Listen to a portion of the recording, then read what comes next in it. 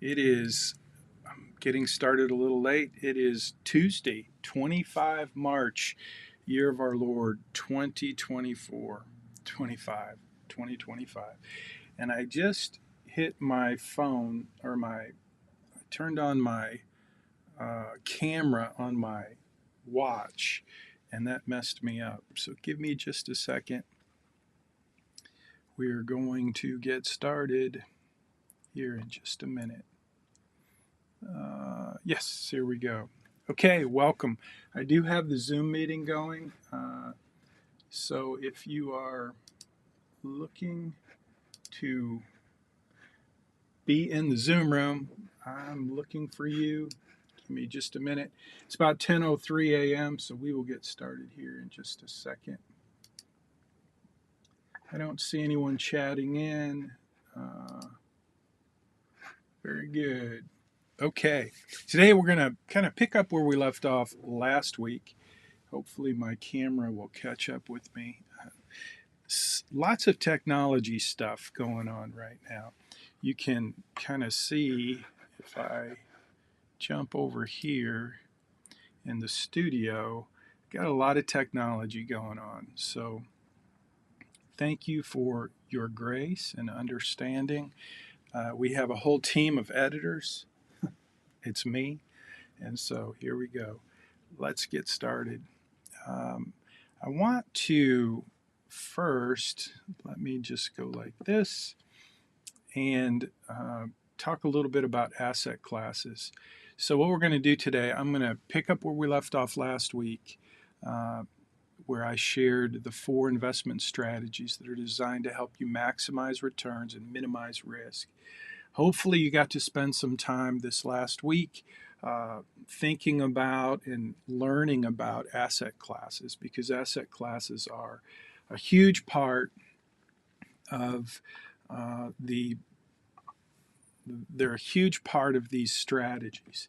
So the first type of asset class, company stocks, they come in large cap, small cap, mid cap, and international. So those are pretty self-explanatory. Hopefully you will be able to understand you'll be able to quickly apply these strategies, especially asset allocation. You'll be able to understand how these different asset classes, the way they're named, they're pretty self-explanatory. So large cap, U.S. stocks, small cap, these are small companies.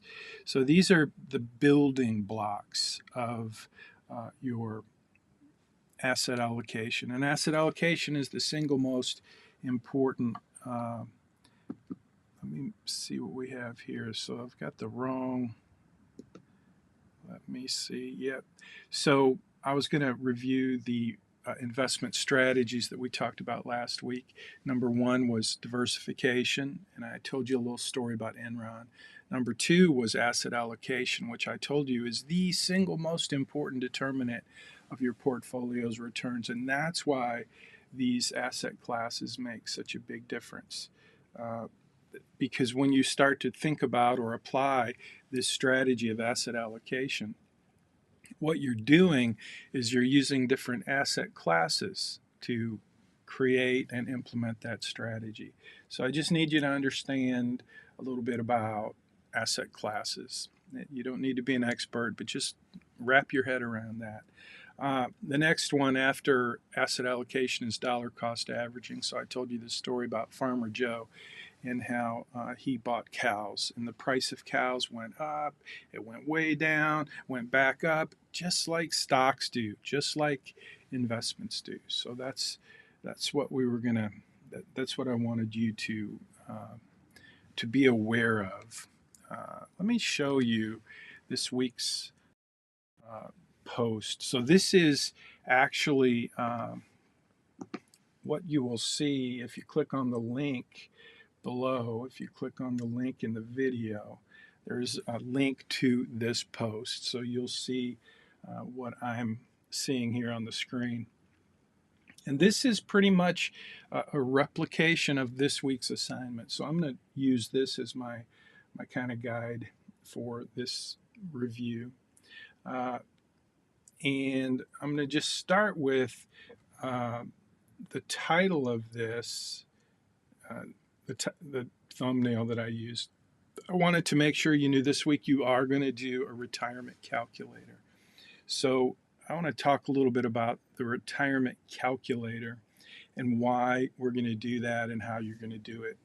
It's a super easy assignment. So you're going to be working in your right capital plan this week, and you're going to be looking at your retirement analysis.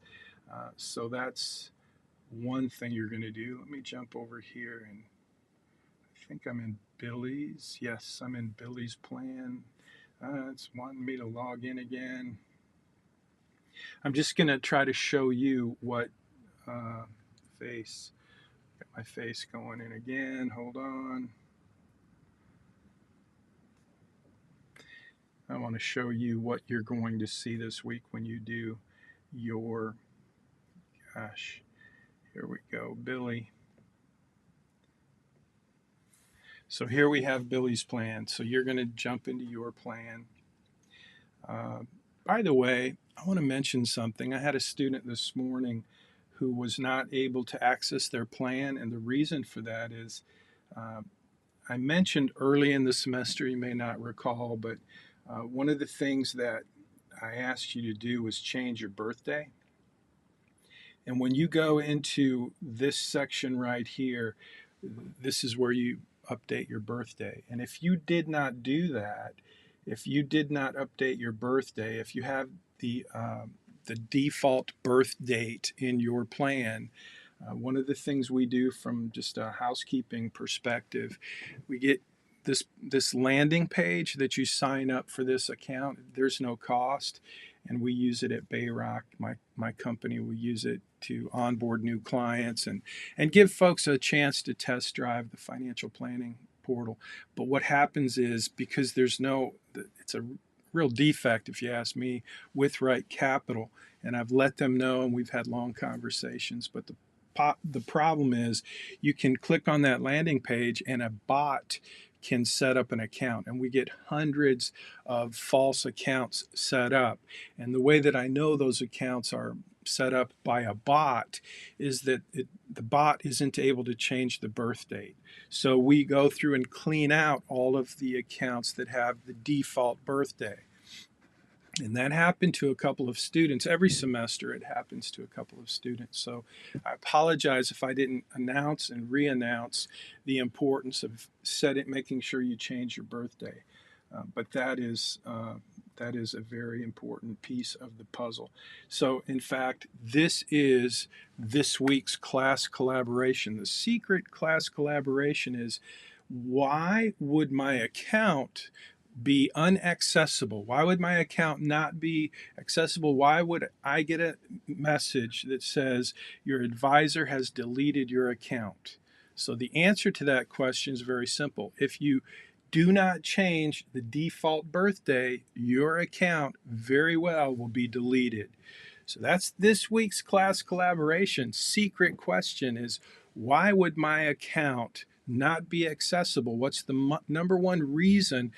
And the answer is because I never changed my birth date. If you never change your birth date, your account keeps that default birthday, and we sweep through all of those accounts and delete the ones that have the default birthday. So make sure you put your birthday into this data card right here. It's family.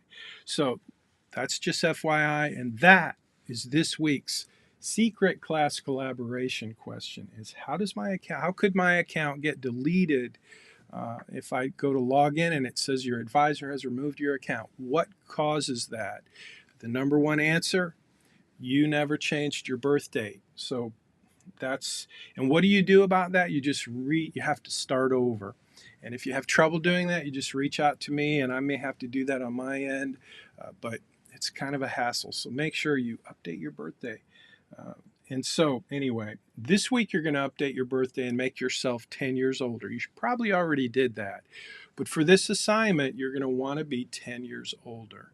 So I'll talk about that a little bit more in a minute, but I want to just show you this is the most important screen in your financial plan. It's called your retirement, and it's the analysis page. And if you're already familiar with this, I apologize for having a rerun, but I know many of you are not.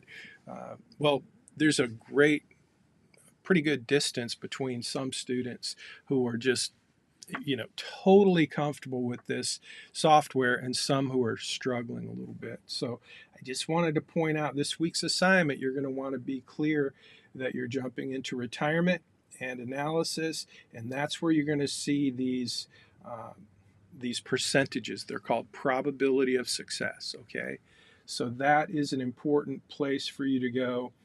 If you click on the action items, this is a really cool section of your financial plan. This is where I spend a good deal of my time when I'm working with a client and building their financial plan. This is where it all comes together, okay? So there's tons of information here. I do not expect you to be an expert, but I do want you to be aware that you have this section. The upper navigation is retirement, the lower navigation is analysis, and that's where you will see the probability of success for your plan. Now, last week, we talked about investment strategies. This week, you're going to do a little work on asset allocation, which means you're going to set up some new accounts in your plan, because we talked about the perfect investment. We talked about, let me see if I can get to the perfect investment. Hold on, get rid of that. The perfect investment, I think we will go here. Yeah, the perfect investment. And the perfect investment is your 401k. So let me see if I can get to the perfect investment here. We'll talk about the baby steps here in a minute too, but let me just see if I can get to, that's the wrong one. Okay, so let me talk about the perfect investment for a minute, because the strategies that I talked about last week, diversification, asset allocation, dollar cost averaging, and portfolio rebalancing. These are all very important, very simple strategies that you can use when you begin investing. So when you get your dream job, day one, I want you to be very comfortable knowing how to take advantage of this perfect investment. So the perfect investment is your 401k, because remember we talked about the company match, and we're going to talk about that again today. And you're going to do some work in your financial plan and in this week's assignment to help you really be sure you understand the value of the perfect investment, which is your 401k. It's signing up, taking advantage of your 401k from day one. But what you're going to do is, when you select your investments inside of that account, is you're going to do asset allocation. You're going to allocate your 401k investments in a way that uses good asset allocation. But you have to understand asset classes to do that. So that's what you're going to practice with in your financial plan this week, is your asset allocation. Dollar cost averaging is it's a super powerful strategy. You're not going to be able to see how that works in your financial plan, but trust me, over time, you will see that in your account values, and it will make a huge difference. The fourth strategy that we talked about was portfolio rebalancing, and that is just where, imagine if you're investing in 4 different asset classes and you have a piece of a big pie with 4 quadrants, and one quadrant, let's say the large cap US stocks, just goes up and up and up, while the bonds, so you've got large cap, small cap over here, international over here, and bonds in the other quadrant. Okay, and just imagine that circle turns into something that's not a circle, because your large cap just grows a lot, and so that piece of pie, instead of being 1/4 of your portfolio, becomes, let's say, 1/3 of your portfolio. So it's way bigger than a four slice pizza, if you will. So the point is, you sell that asset class that had the huge growth, you sell it and take your profits, and you invest those profits in the other quadrant that shrunk. In this scenario, it would be bonds, which is a very true, realistic scenario if you look at the investments, what they've been doing over time, the market rather. Large cap US stocks, especially with the Mag 7, those big companies like Nvidia and Apple and Facebook or Meta, they just have gone up and up and up. And then bonds, because interest rates went up for a couple of years, bonds are inversely related. So the price of a bond goes down when interest rates go up. And so what happens in your portfolio, you want to have some bonds in your portfolio, even at your age. But what happens over time is when interest rates go up, the price of bonds goes down. So that quadrant would have shrunk. So what do? When you rebalance, you invest a little bit more in bonds while they're down in the gully, when they shrunk. So that's how you take advantage of portfolio rebalancing. So those are the 4 investment strategies. So again, you're going to do a little playing around. One of the things you'll be able to do here is your asset allocation. You can select from these. Oh, I'm in the wrong place. Let me go back to your financial plan here. Sorry about that. So I'm in Billy's plan, but you'll see the same thing. So what I did was here in the retirement section, I just wanted to, again, kind of illustrate the importance of this section and how you're going to use it this week.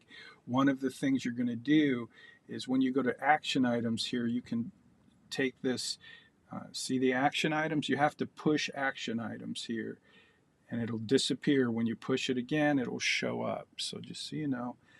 And if you want to see right now, Billy has asset allocation preservation.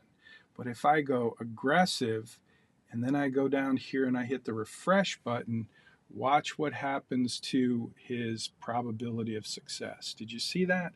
Well, that's the same thing that's going to happen in your plan. So you have to play around with that. That's what I want you to do, is just play around with it and get a sense of what it looks like for you. If you want to see more in the investments, you can go over here to the investment tab, and it will show you what it looks like if you invest in aggressive or more conservative.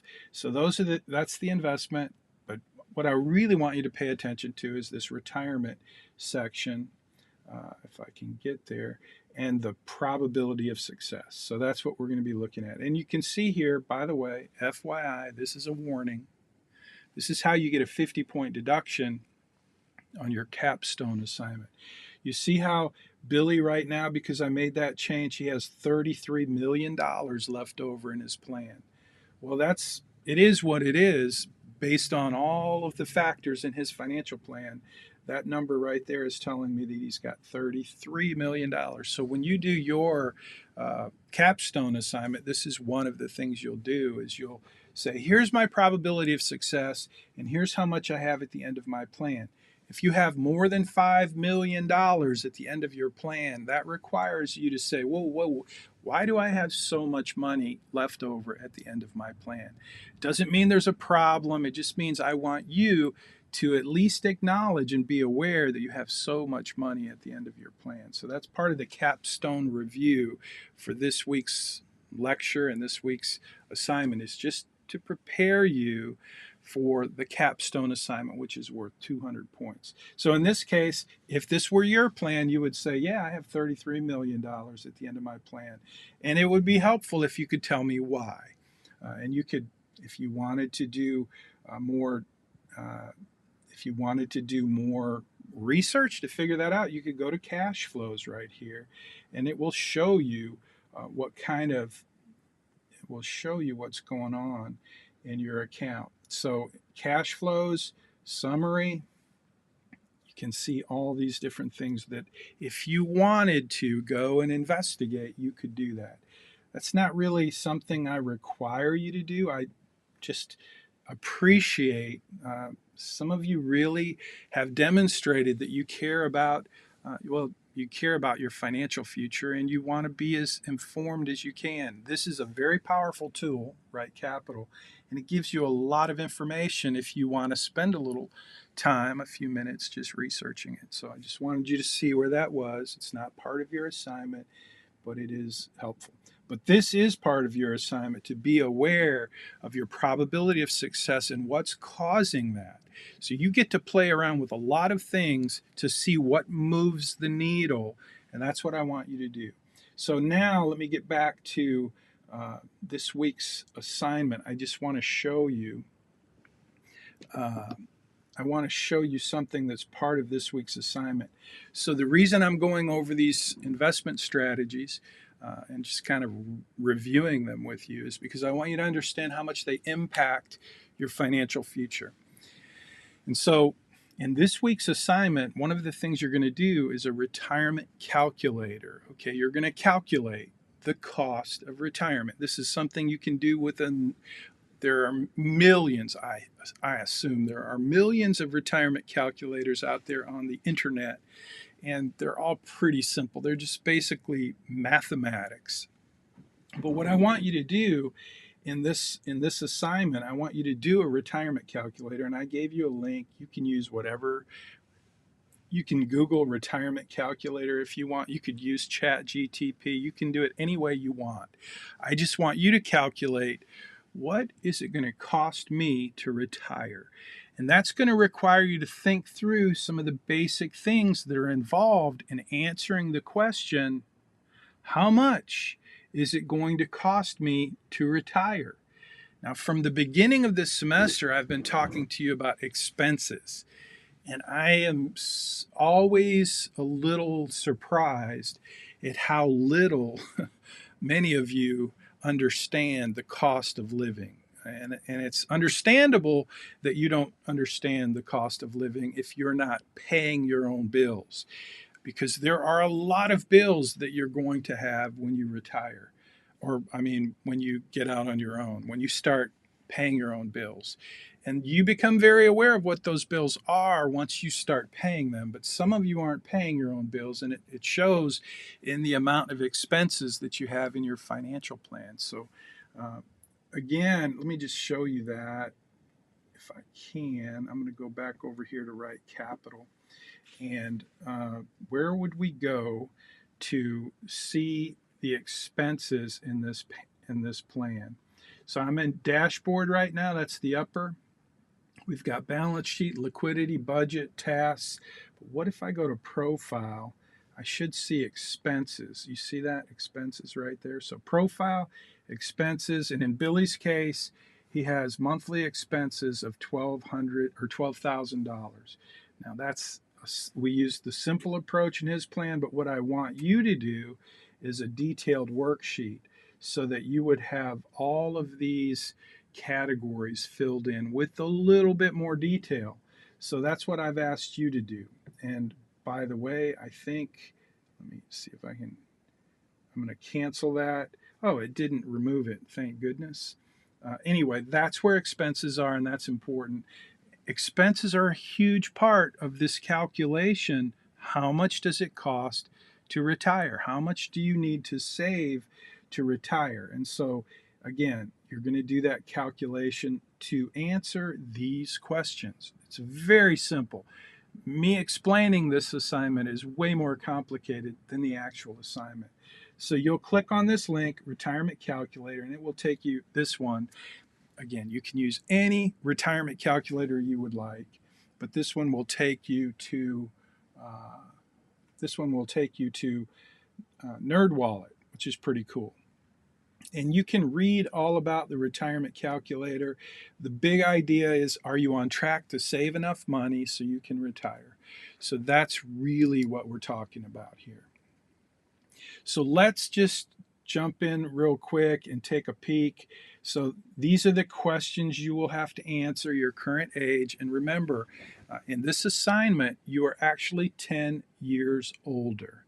So if your current age is 22, then you should be 32. So let's just say this student is 35 years old and they have an income of 60,000 and they have saved at age 35, they have saved either in their 401k or their IRA or their brokerage account. They have saved money for retirement. And if you want to know what that means, you can. This is the total of all your retirement savings, including your 401k, IRA balances, plus other savings. And this is the important part, savings that are earmarked for retirement. So if you've been saving money for a new car, you wouldn't include that. Okay, so just so you know, that's what this number here is. How much have you saved for retirement? How much are you contributing each month for retirement? And this question is how much you should contribute monthly to have enough. So this is 10% of monthly income. So they're saying, I don't understand why they have this question. This is how much. Oh, this is how much you should contribute. I guess they're telling you should save 500. Pre-retirement income, that's 70%. I don't even know if you can change. Yes, you can change that. Let's say you want 65%. Okay. Other retirement income, let's say there's none, and let's just see what happens. So this graph will tell you, and I want you to just play around with this, a little summary of how much. So this is saying a monthly contribution of 500, and over here it's saying suggested monthly. So on the left, this number is how much are you saving for retirement, and this is the number that's telling you how much you should save for retirement. That's what that is. So it's a little confusing, but it is what it is. This is the retirement calculator, though. Grab a screenshot. Be familiar with whatever retirement calculator you want to use. Be familiar with how much you need to be saving each month, okay? Now, here's the part that I think is helpful. So before I get there, let me just show you something that I think will be helpful. Let me go to Dave Ramsey babies. Let me see if I can get these all to be on the same page. I think, well, that didn't work so well. Let me go back. Okay. Sorry about the wrong. I think we have, well, that won't matter. Let me just go through these baby steps, because one thing that I've found over time is the idea of saving for retirement can seem pretty overwhelming, especially when you look at Dave's list of 7 baby steps. One of them is to save 15% for retirement. That's what we're going to look at here. So one of the first things I ask you guys to do every semester, I ask you to think about what are you going to do this semester that will move the needle on your financial life.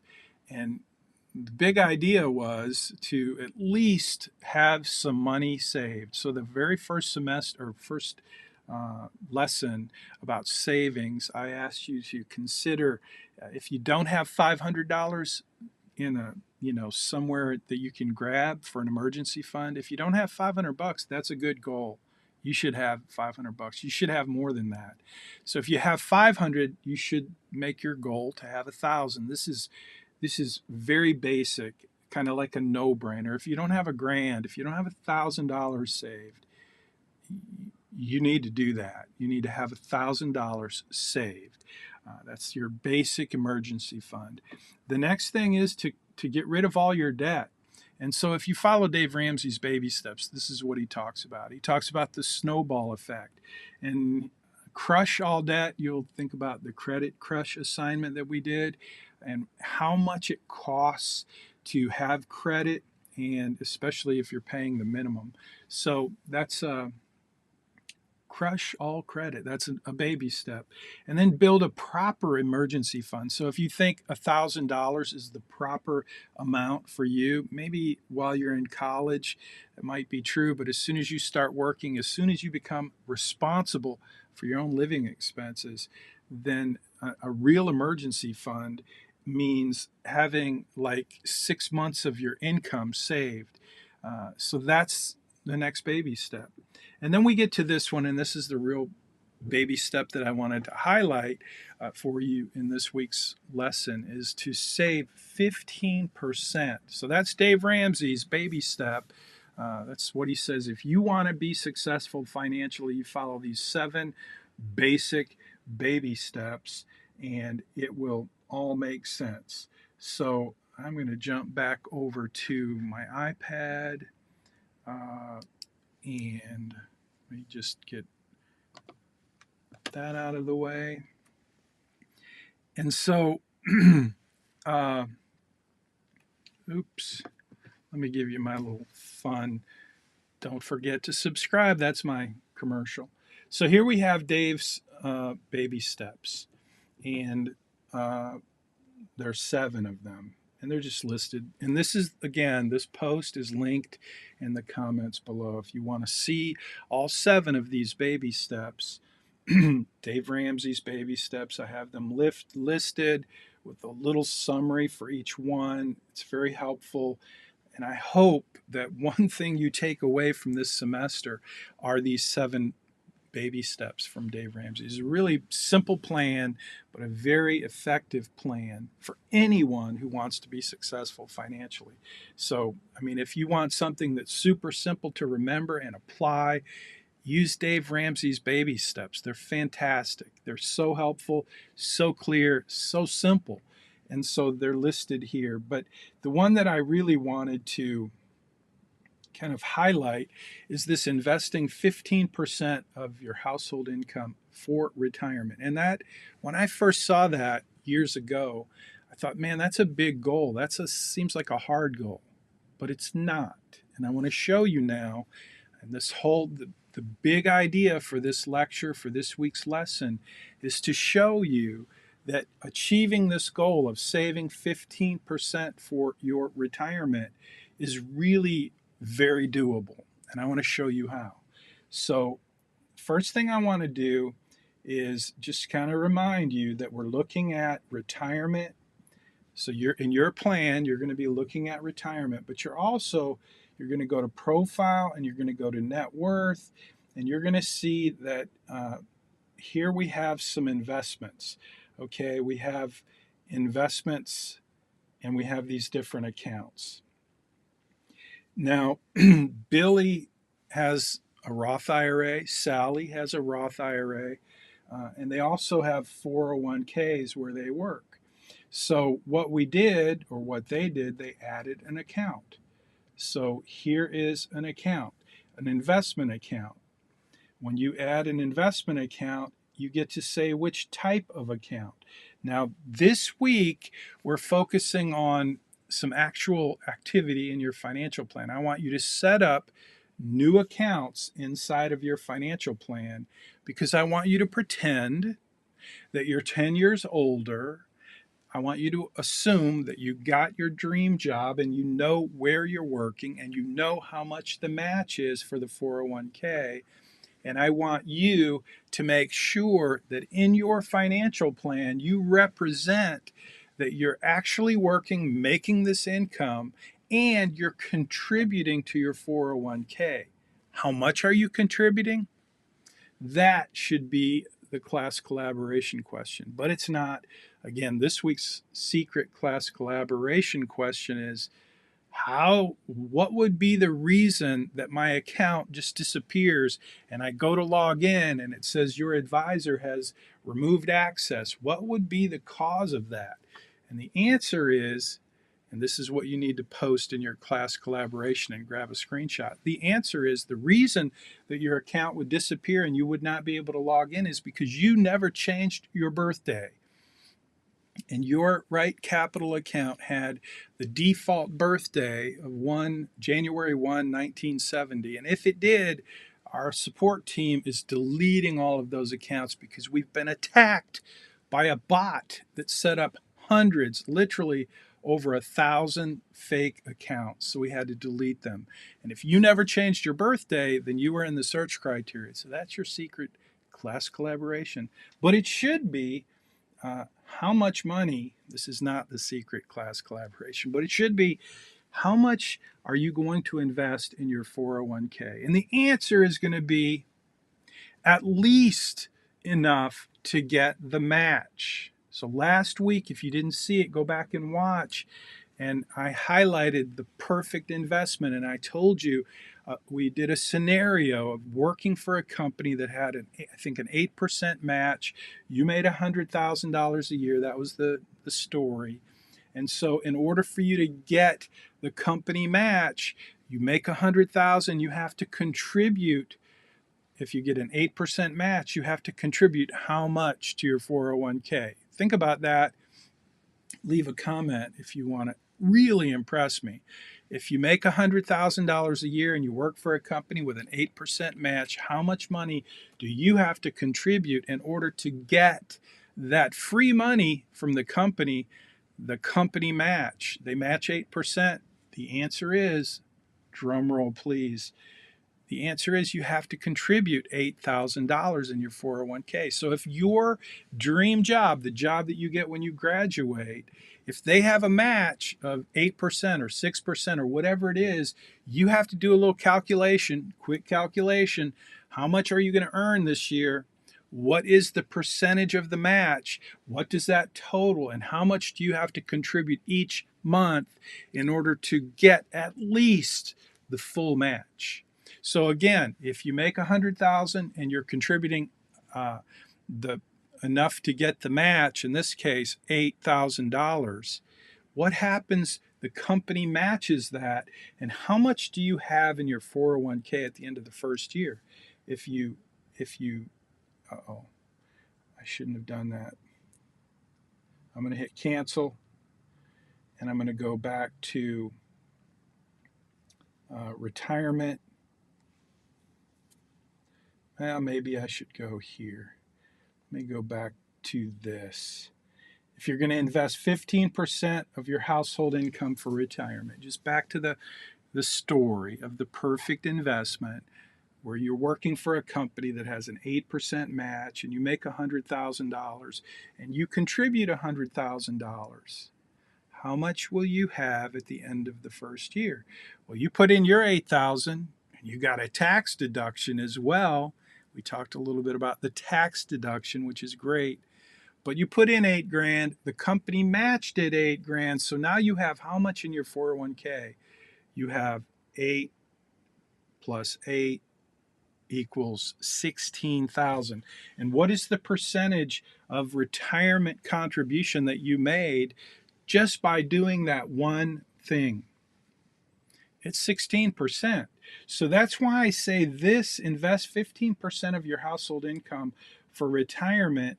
Now, I gave you a very optimistic scenario, and most companies don't match 8%. But in this scenario, if you did have that opportunity to work for a company with an 8% match, and if you made whatever you make, the point is you're doing 15% of your income, and that makes it super easy. So whatever the match is from your company, it's going to make it a lot easier for you to get to this particular baby step, which may seem super hard, but it's not. And it will make a world of difference in your financial future. So hopefully that's starting to make sense. Hopefully now when you go do that retirement calculator, these numbers will be a little bit less abstract and a little bit more kind of, oh, that makes sense. I know it's way out in the future, your retirement, but it will come quickly, trust me.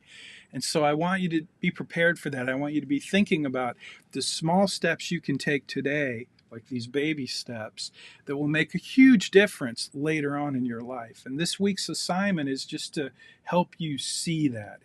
And again, it's taking me way more time and complication to explain this week's assignment to you than it is to actually do it.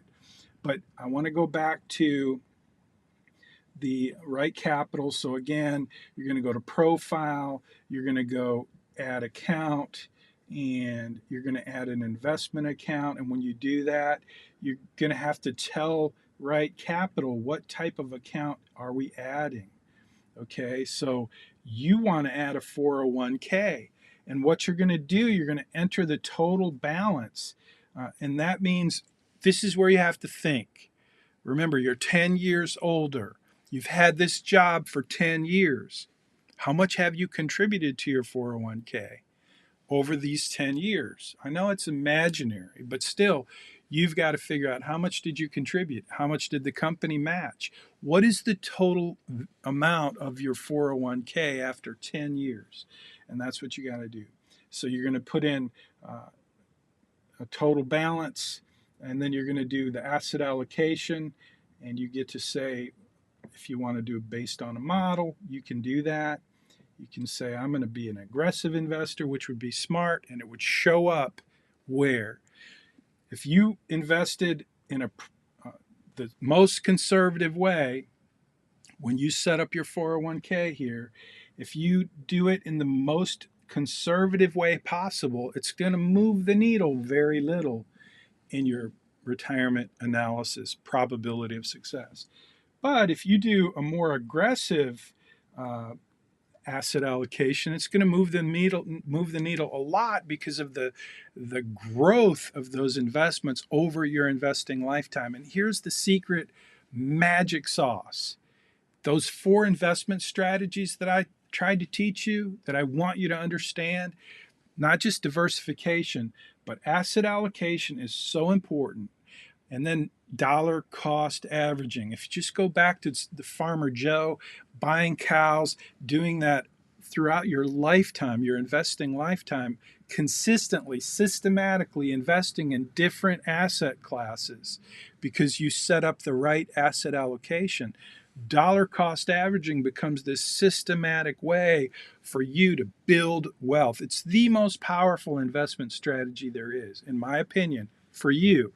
Over your investing lifetime, there is no more powerful investment strategy designed to help you maximize returns and minimize risk.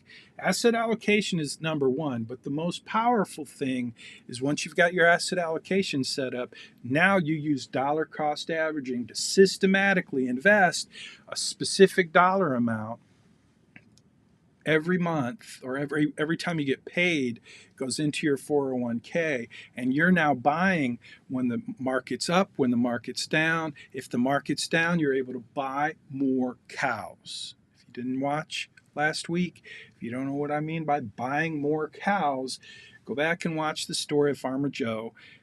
I used Farmer Joe buying cows for dollar cost averaging. So trust me, these strategies in your 401k make a massive difference. But you have to go ahead and add this account. So that's in your instructions in the assignment. I just wanted to kind of highlight that for you. So you're going to do, by the way, let me go back here. I want to make sure when we go to retirement, I want you to, you're going to show me what your probability of, you're going to take a screenshot and show me your probability of success after you add your 401k and after you tell Right Capital how much you're going to be saving. Once you do that, that's all right here. So Billy's savings, he's saving 15%. That's kind of a good goal if you want to just check that out. You're going to have expenses, and you're going to have savings. Your plan will be similar to theirs. You're going to say when you're going to retire. Okay, so that's what I want you to do. I want you to do a side-by-side comparison. When you do your retirement calculator, whatever you use, you can use any one you want, but here's a link to one that works pretty good. And I want you to just show me, like that would be a good screenshot. I would take that screenshot and I'd be like, okay, let me show you this compared to this. Okay? And when I say this, I would take a screenshot of, come on. Well, it may be difficult. You may have to take 2 screenshots to get it all. But I'd like to see the probability of success, and I'd like to see this kind of summary of what you're doing in your plan for saving. So again, it takes me way more time to explain this than it will take for you to do this. So that's this week's assignment. How much will it cost to retire? Do the retirement calculator, compare that to your right capital. But don't do that until after you've set up your right capital accounts. You'll want to do that. You'll set them up. Remember how to do that? You go to profile, you go to net worth, and you use this little add account, and that's where you will add. And you're going to be adding Roth IRA accounts next. I think it's next week, but you can do it this week if you want. Be ahead of the game. But this is where you add your accounts, investment. Same place you added your card when you did the Credit Crush assignment. So hopefully you already knew that.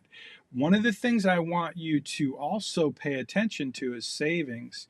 So you can see right here, Billy has in the savings data card. So this is different than the account. You have the account set up over in the profile under net worth where you add accounts. But right here is where you're telling Right Capital how much you're going to contribute to your 401k. So make sure you also include this, because this is what's going to help you really move the needle when you get to retirement.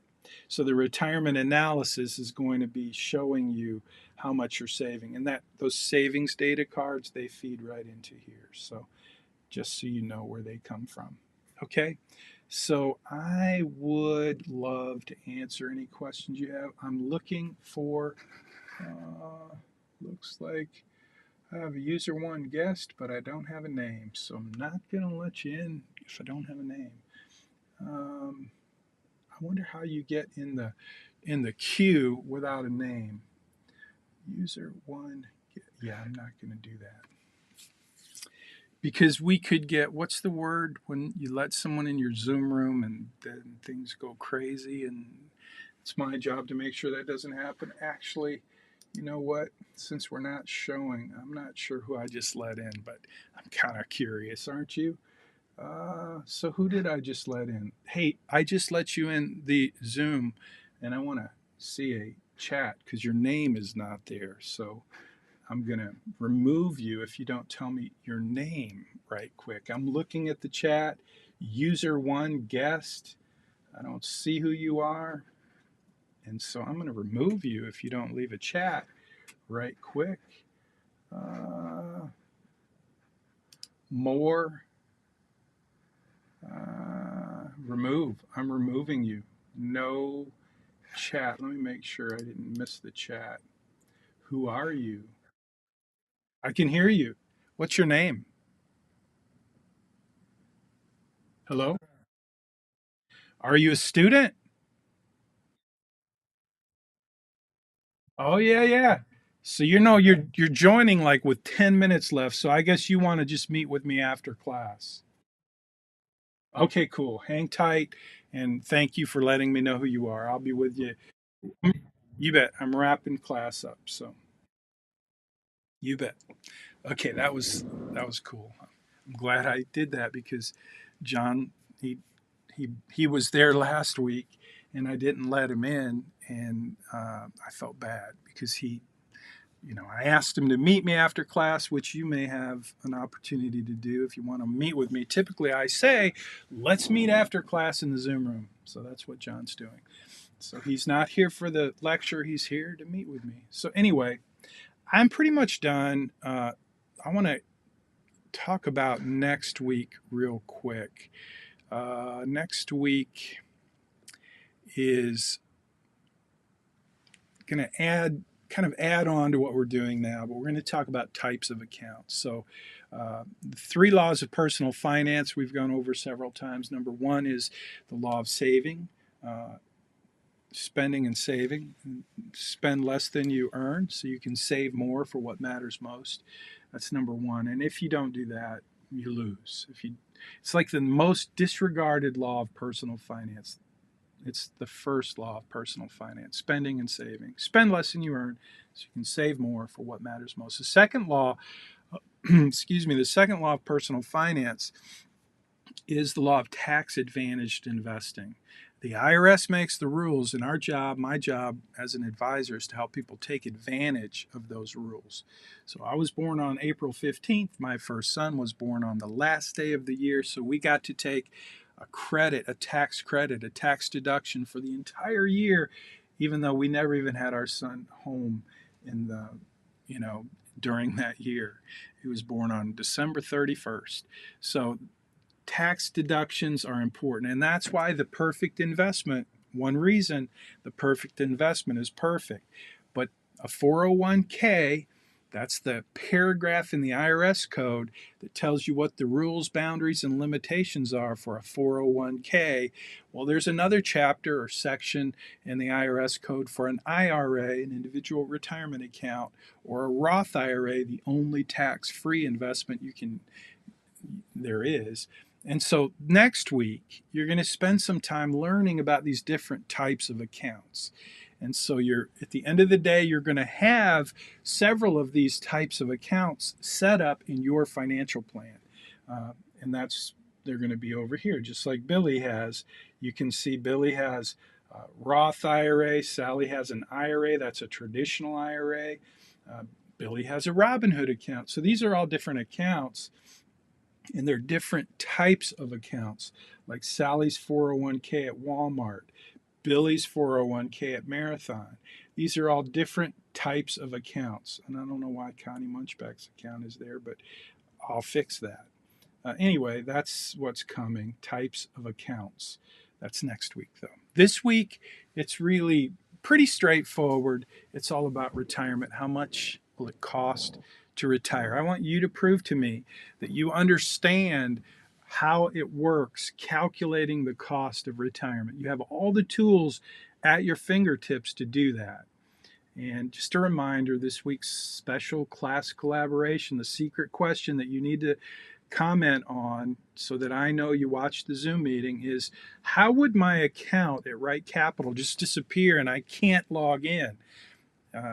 You may get the message, your advisor has removed access and you can't log in. Why would that happen? The answer is because you never changed your birthday and you had the default birthday in your Right Capital account. And when you do that, we clean house every once in a while, pretty regularly, because we have bots that set up fake accounts every single day. And we literally had over 1,000 of them. And we recently went in and cleaned house.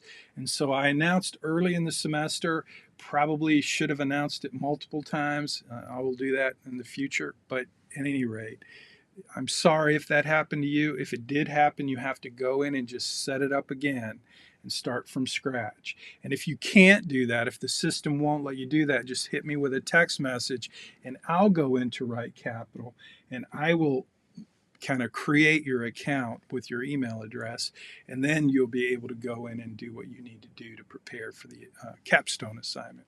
So by now, everybody should have already updated your birthday, but I did have a student this morning who couldn't get in, and that's why. She's never updated her birthday. Okay, that's it. I'm going to finish. It's 10:55 a.m. I hope you have a great week. Leave a comment if you're watching on YouTube or Facebook or LinkedIn, and I will see you next time. Have a great week. And John, I'm going to be here, so I'm going to finish the live stream, and then